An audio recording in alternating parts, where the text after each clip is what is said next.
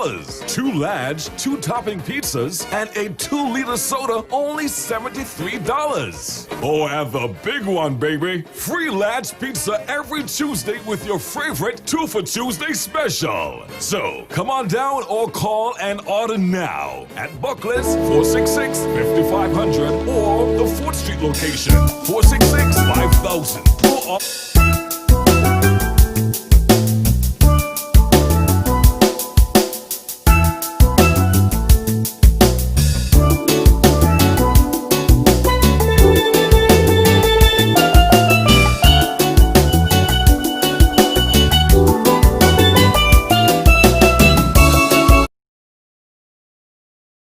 That during this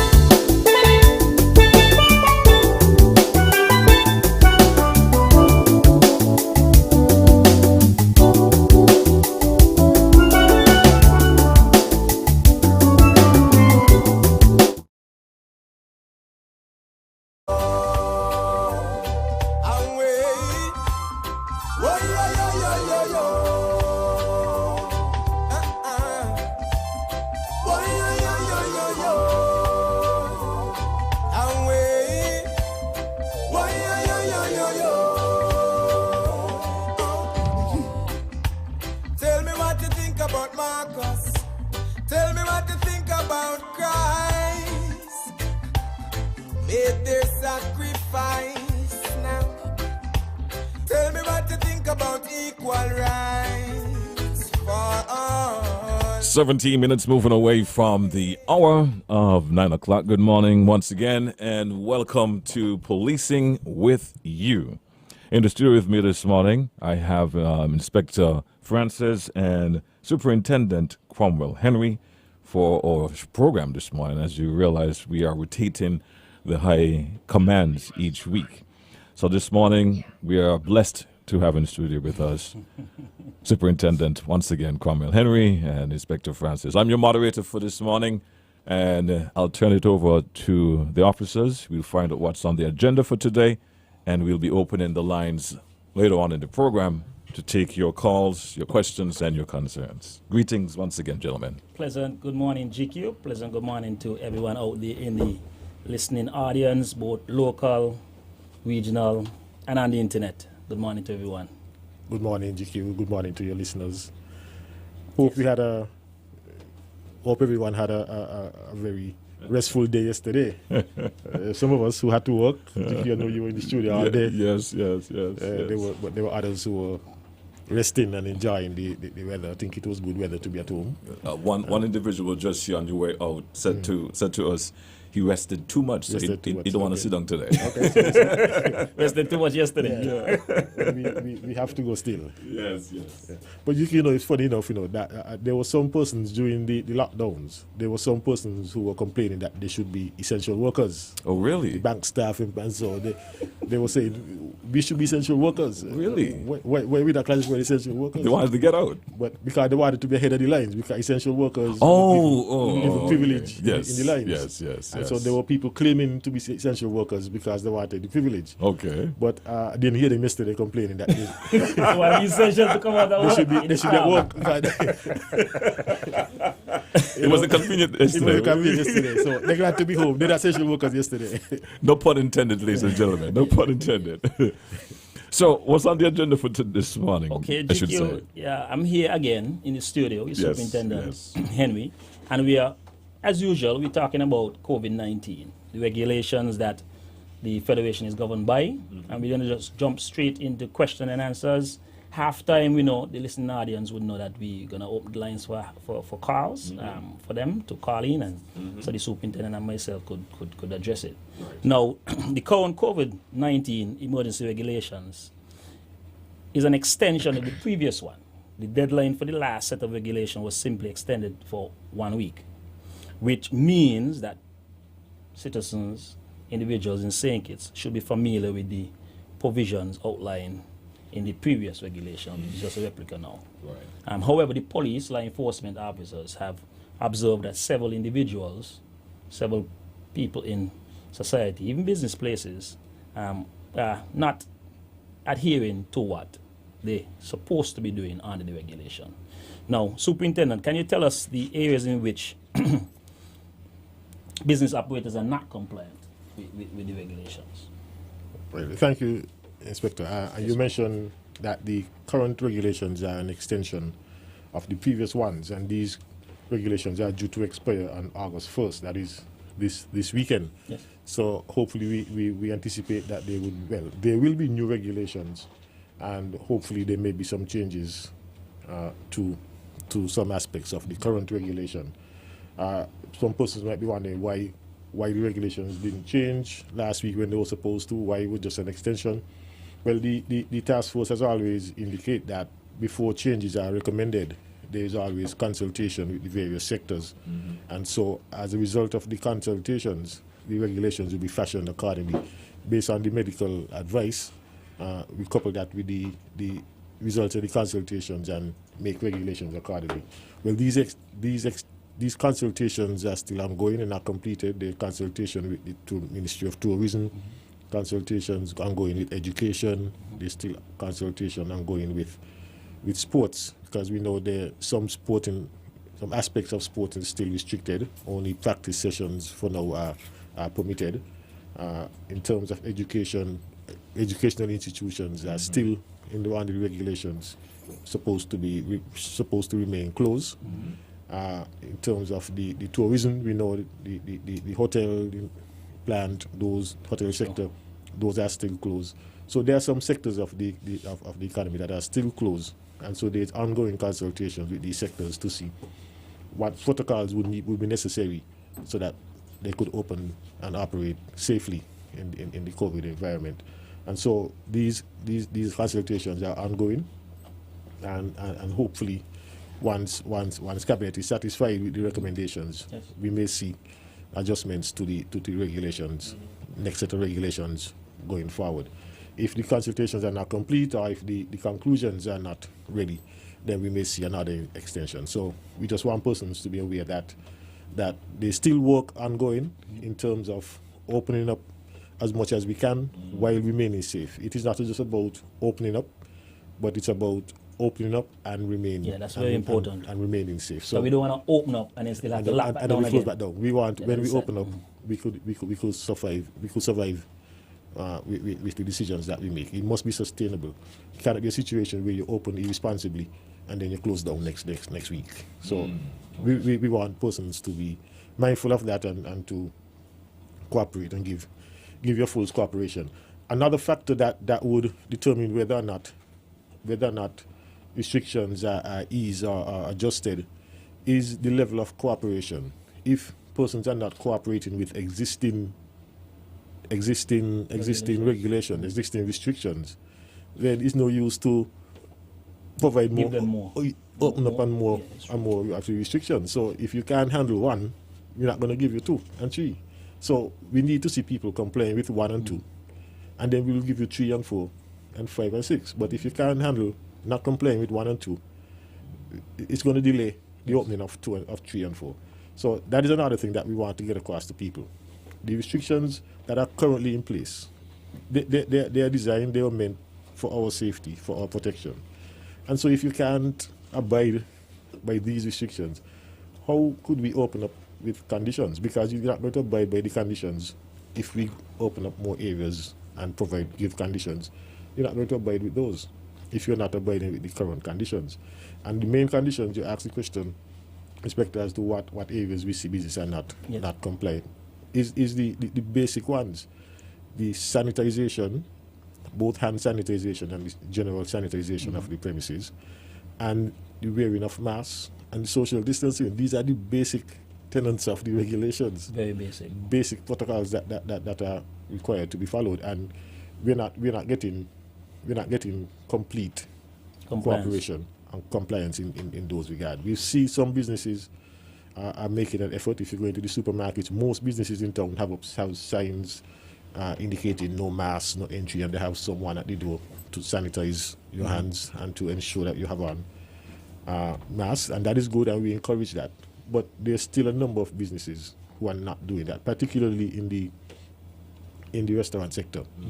Those businesses, restaurants, you could just walk in a restaurant and there's nobody challenging you whether or not you have a mask. You walk in and you sit down and you call for what you want, and the waitress come to you, and the waitress sometimes doesn't even have a mask, and there is no concern as to whether or not persons wear masks or whether or not there's hand sanitizers available. There's some those establishments do not have any hand sanitizer available at all, and if it is available, you have to ask for it. So this is one particular area that we are still seeing a deficiency in terms of the compliance. The other area that we see is the social gatherings, the violation of the physical distance requirements. You go on the beach, and everybody clustered in groups, large groups.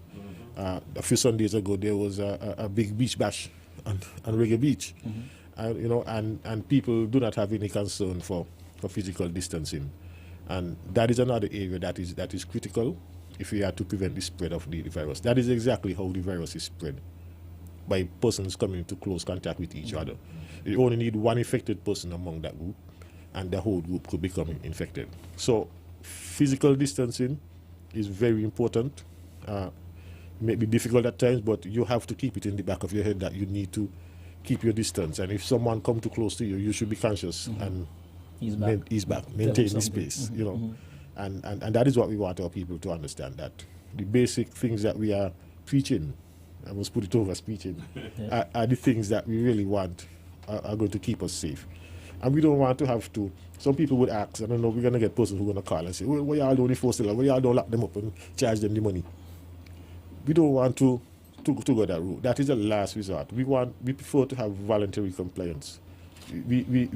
I think it's best when people understand the need to do it and they take responsibility and do it, rather than they only doing it because they see a police. Because when the police is not there, they're not going to do it, and that is the time that they would be at risk. So we don't want to have a situation where you stop a bus and then everybody take out the mask out the bag and put on the mask because the police stopped the bus. So everybody got on the mask when the police look inside. But as soon as the bus turn off, the mask off. Yeah. And we don't want that. And that is what we're seeing happening. You stop a bus and you see people scrabbling to put on the mask. Just like sometimes you stop a car and you see the driver struggling to put on the seatbelt. We don't want that. We don't want you to put on your seatbelt because you see a police, or put on your mask because a police stopped the vehicle.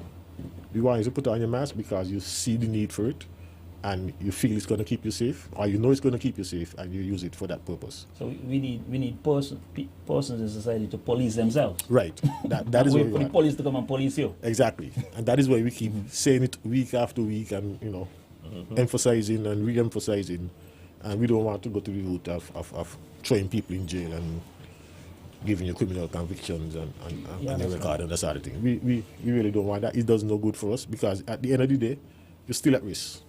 You get locked up, and then you know increase the risk because when you're in custody, you have other people who are in custody. You have people working in the station. You know, Police officers. expose other people to the same risk. So we're trying to minimize that and to have voluntary compliance. And so we're trying to get people into that mode of hearing it constantly and believing, well, boy, they're saying it's a fast, you got to be important, let's do it.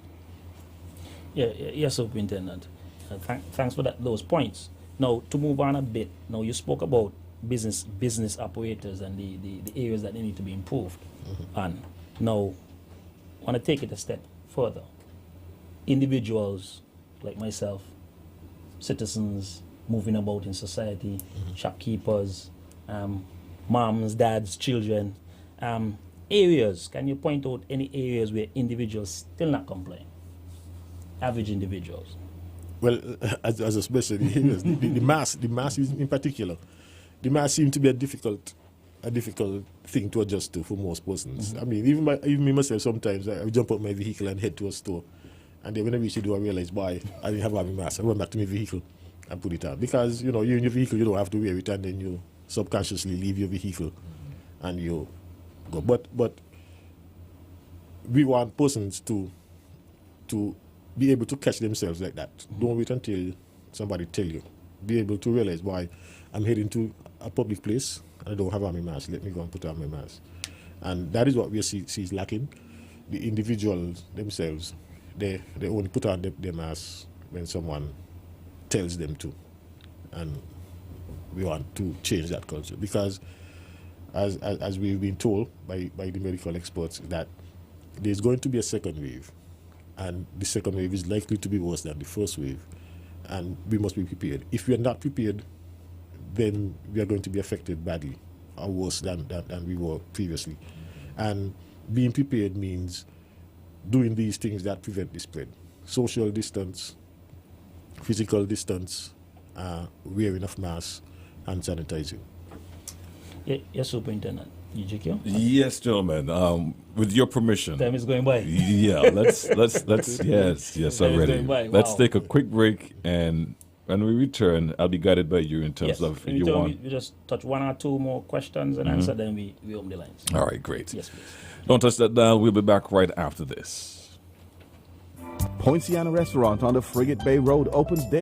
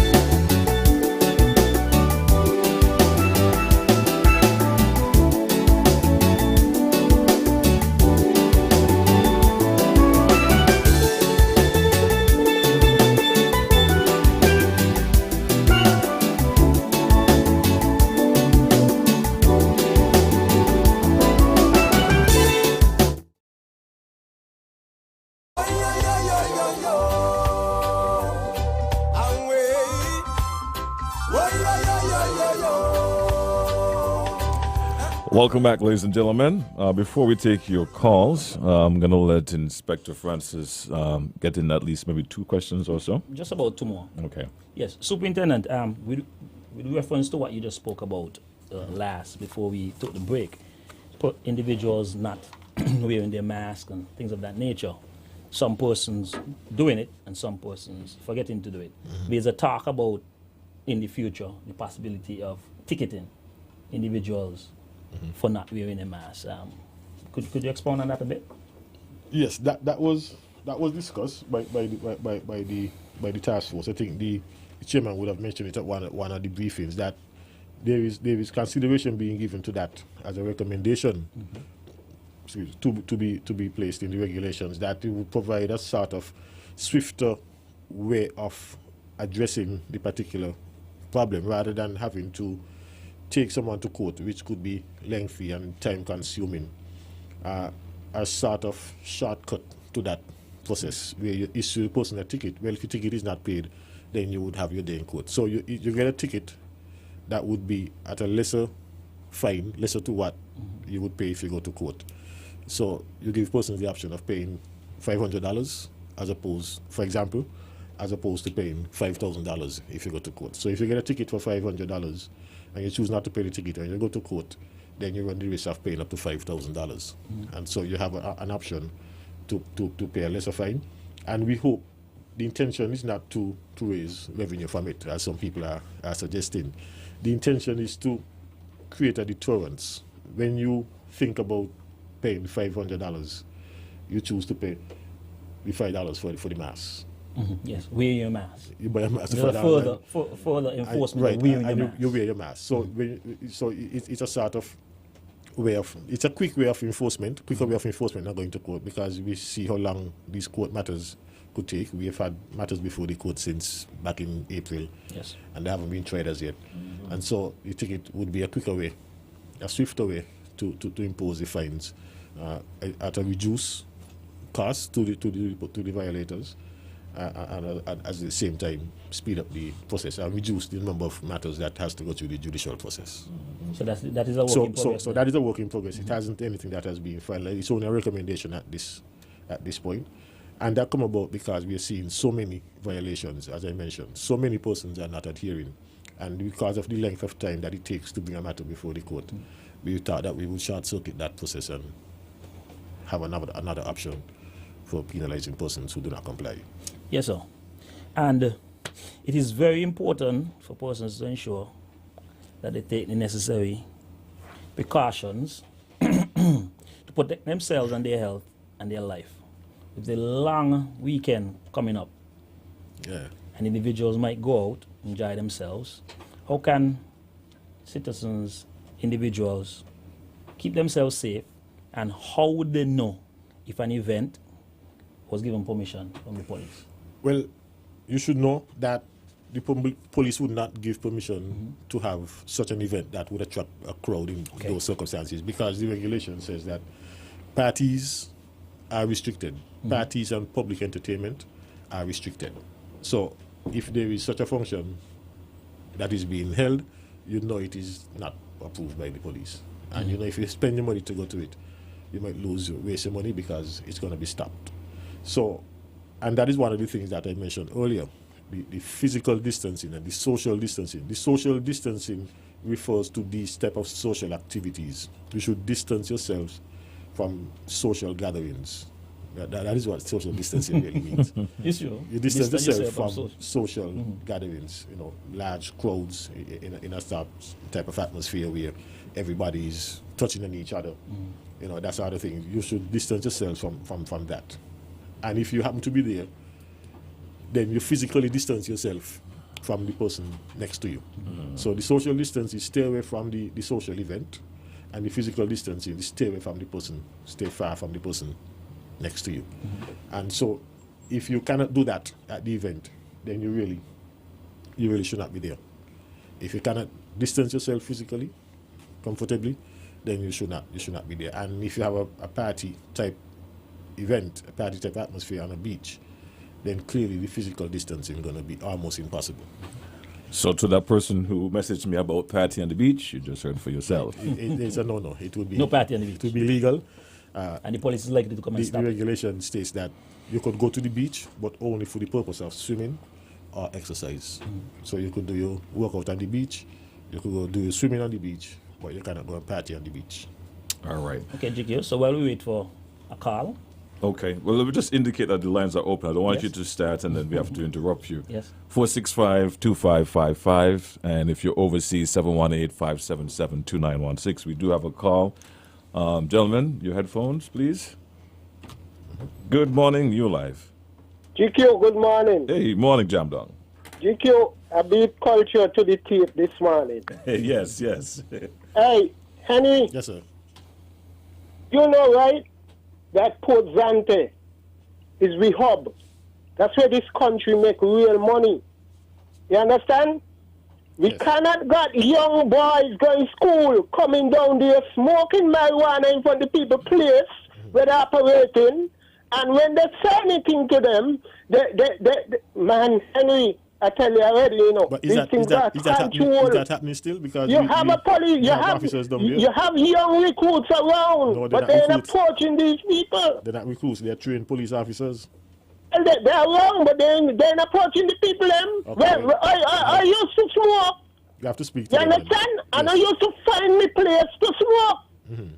The other men in society, Rasta, more Rasta than them, used to choose where to smoke. We got some at Park and Beach. So imagine, presented at the most rocks in the world. Why you want going for the people business place who paying big rent? The people them head hurting them, how they gonna meet these Jews with rent? Yeah. And this is where they get in. Even with local own, you know, Miss Rams. I mean, this stairs there to go up where the giddy up man used to be. Man, there is like the house. And I see recruit many times. Officers pass, young boys.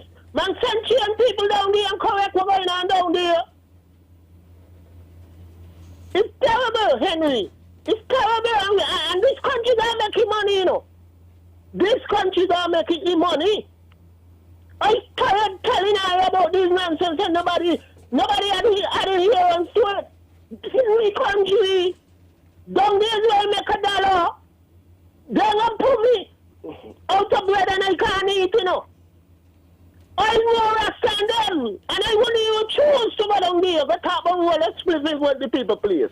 I know you had a big robbery down there. All right, Jamdong. It's Your point, terrible, Henry. your point is made, Jamdong. Yes, Your point is made. it's a valid point and a very All right? good point. We do apologize, Jamdong, but your point is made.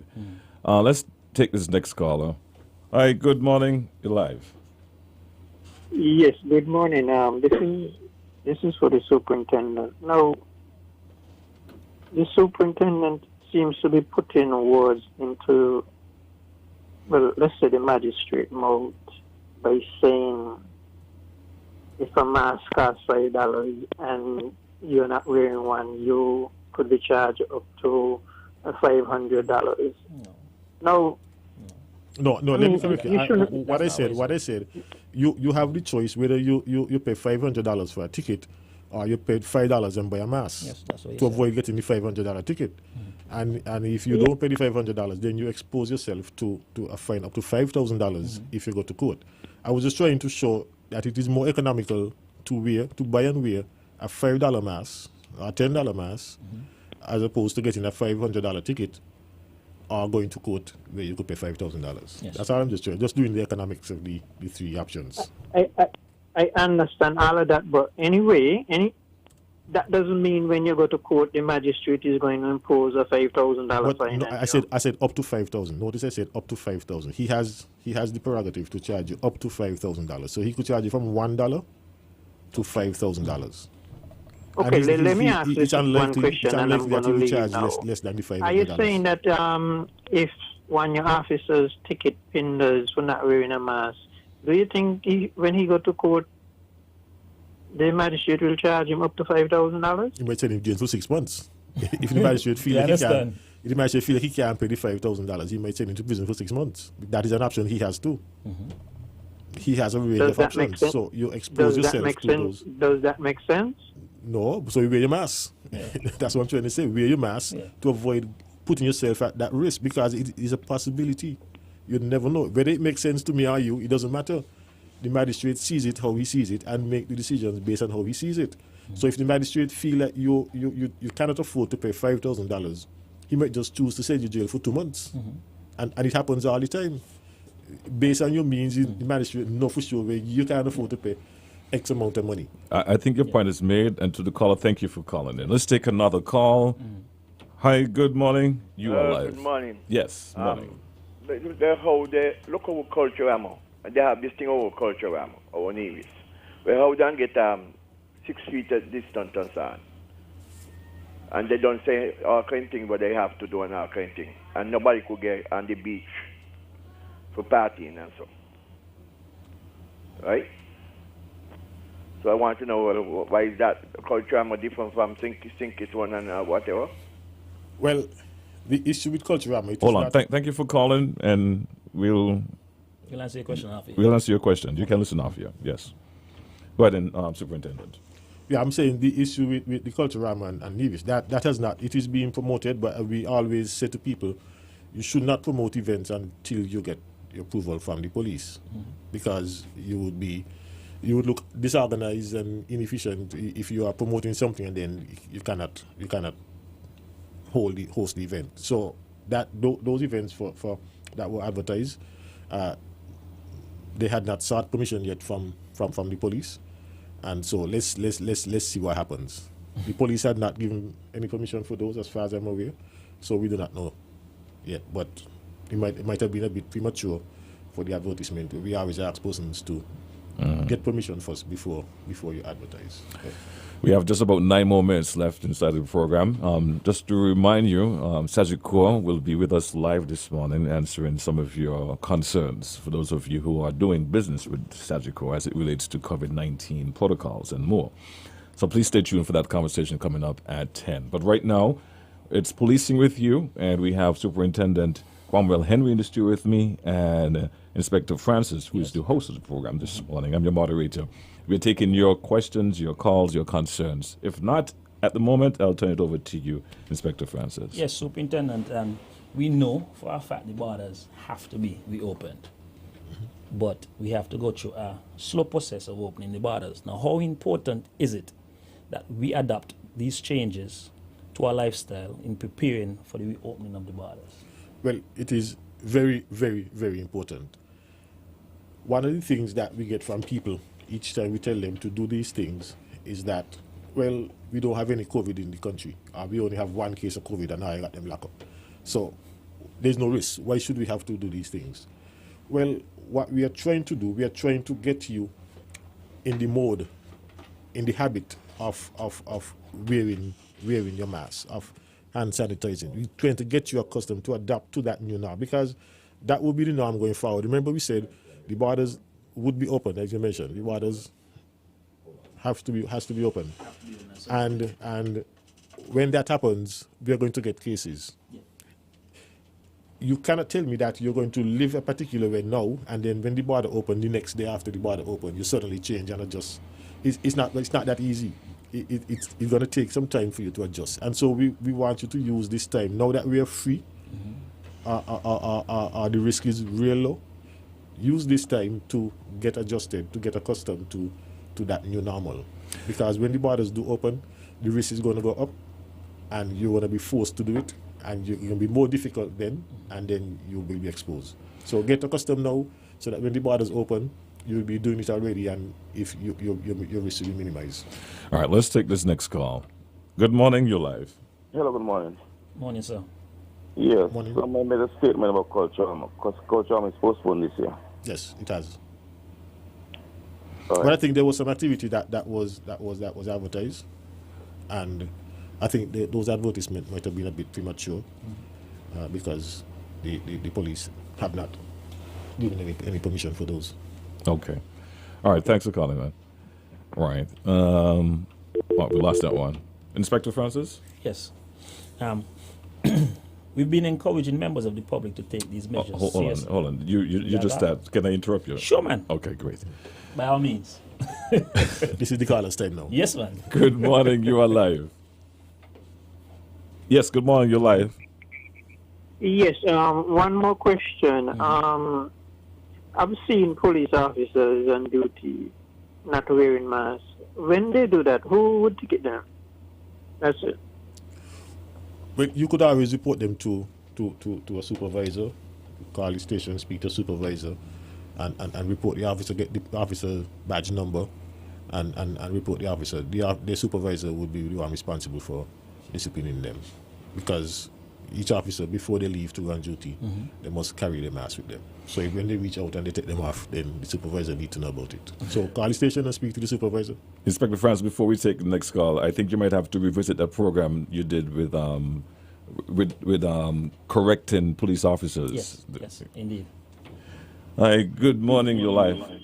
Hello. Yes, morning. Yeah, Mr. Henry. Yes, sir. And the other officer there. Yes, good day, sir. You mean to tell me with all the police officers, and it's quite a number of them, that don't wear masks, you're saying one, he has never brought to your attention and you alone see them? You're giving the impression that like it is happening, but the public got to tell you or somebody got to report them or something. It happened every day. Sometimes you say 5 of them in one vehicle in a mask. I mean, this is common knowledge and this happening for a long time. Sometimes I don't like when you all come on the radio and pretend like you all don't know what's happening, you know. It's happening every day. So it must have been brought to your attention for all these months. That's all I have to say. I was just responding to the question that you asked. Thank you very much for your contribution. You asked a question, I was just responding to the question you asked. All right, thank you for your call. Over to you, Inspector Francis. Yes, well, as the good superintendent indicated earlier, all the police officers, when they leave the station, they put on a mask. They're required to do so. Right. Right, so it's important for us to continue down that vein. But notwithstanding that, it is very, very important for the populace to understand that they too must put on their mask. Also a good. I'm not taking away from what you were saying, Okay. but from what I'm picking up from the last two callers, and I think maybe one before, a lot of individuals are under the impression that police are not reprimanded for following the law and get away with it. And I know we did a program about that. So maybe you want to touch base on it a bit. I don't want to change the conversation. That's why I'm very cautious. Well, I don't want to touch too much, go down there too much. But what I would like to say, I do support the callers because example set, example follow, like my mother used to tell me. Example set, example follow. So it's very important for the police officers to understand that we are always under scrutiny by the public. Right. And what we say, we must do what we are saying and asking them to do. So I do encourage the callers and their points and do report officers who are in violation of this, because as the caller indicate, when police officers are seen by other police officers and senior officers not having their mask on, they are being reprimanded. That's the and thing. they are being told to put on their mask. But the So public is not seeing that though. Public is not seeing that. Yeah. Let's take this next two calls we have here, then we're going to wrap up the program. Yes, please. Okay, we lost that one. Line 3, you're live.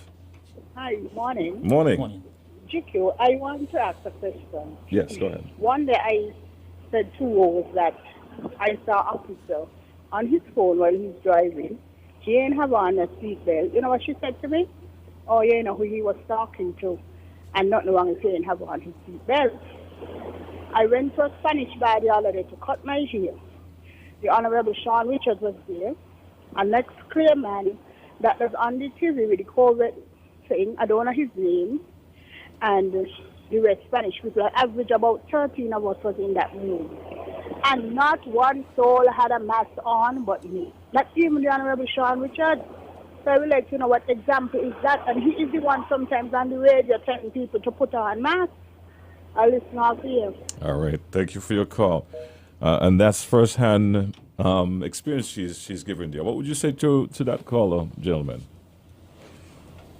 Well, ensure that you are protecting yourself from them and you are protecting others from you. Too wrong doesn't make a right. If someone doesn't do what they're supposed to do, it doesn't mean that you should not do it too because they are not doing it. You know what is correct you do what is correct, because the disease is not going to choose who to affect. And so, well, he's supposed to know better, so let me affect you, and they're not going to affect you. If you're not wearing your mask because he's not wearing his, then you might be the bad lucky one there and get it from somebody among that group who are not wearing. So just ensure that you have on yours so that whatever is being dispelled from them do not come to you. Protect yourself. I agree with you that the persons who are in authority should be setting the example and should be leading by example.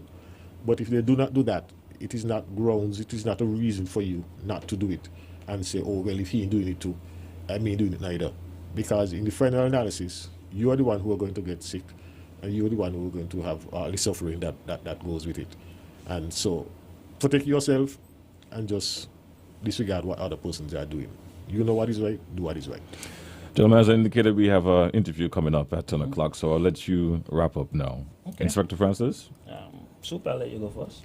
Yeah, well, again, I think the discussion this morning was lively. I think we have shared a lot of information, and we have reiterated our course. Wear your mask, hand sanitize, social distance, physical distance, avoid crowds. You know, all these things that are supposed to keep us safe. As we mentioned in the broadcast, that we might be low risk right now because I think we only have one active case now. The one of the two active cases have now recovered. So there's only one active case. That person is in isolation. And so the risk is quite low. And so persons are comfortable in doing these things that they're not supposed to do. But the idea is to get you accustomed to doing them so that when the risk changes or when the risk increase, then you would have already been practicing these things and it will become easier. So look at it from that perspective, and not at the perspective that we are low risk, but at the perspective that we will be, risk would go up, and you need to be prepared. And this is the time to prepare you for that time when the risk increase. Yes, thank you very much, Superintendent. I want to thank the callers for calling in. Yeah, it's very important for persons to be calling in. It brings life to the program, Policing with You. We're here to police with you in terms of keeping the place safe. GK, I want to thank you and thank the management and staff for having us. I want to thank the individuals for calling in. I want to thank everybody. I want to tell them happy Emancipation Day when it comes. Emancipation Day is coming up very soon. And GQ, see you when I see you. Yes, man. Take care. Until next week or week after, I should say. Yes, please. Superintendent, have a good day. Thank you. Keep it locked. We have some more information to share with you from the Sagicor end. Don't touch that dial.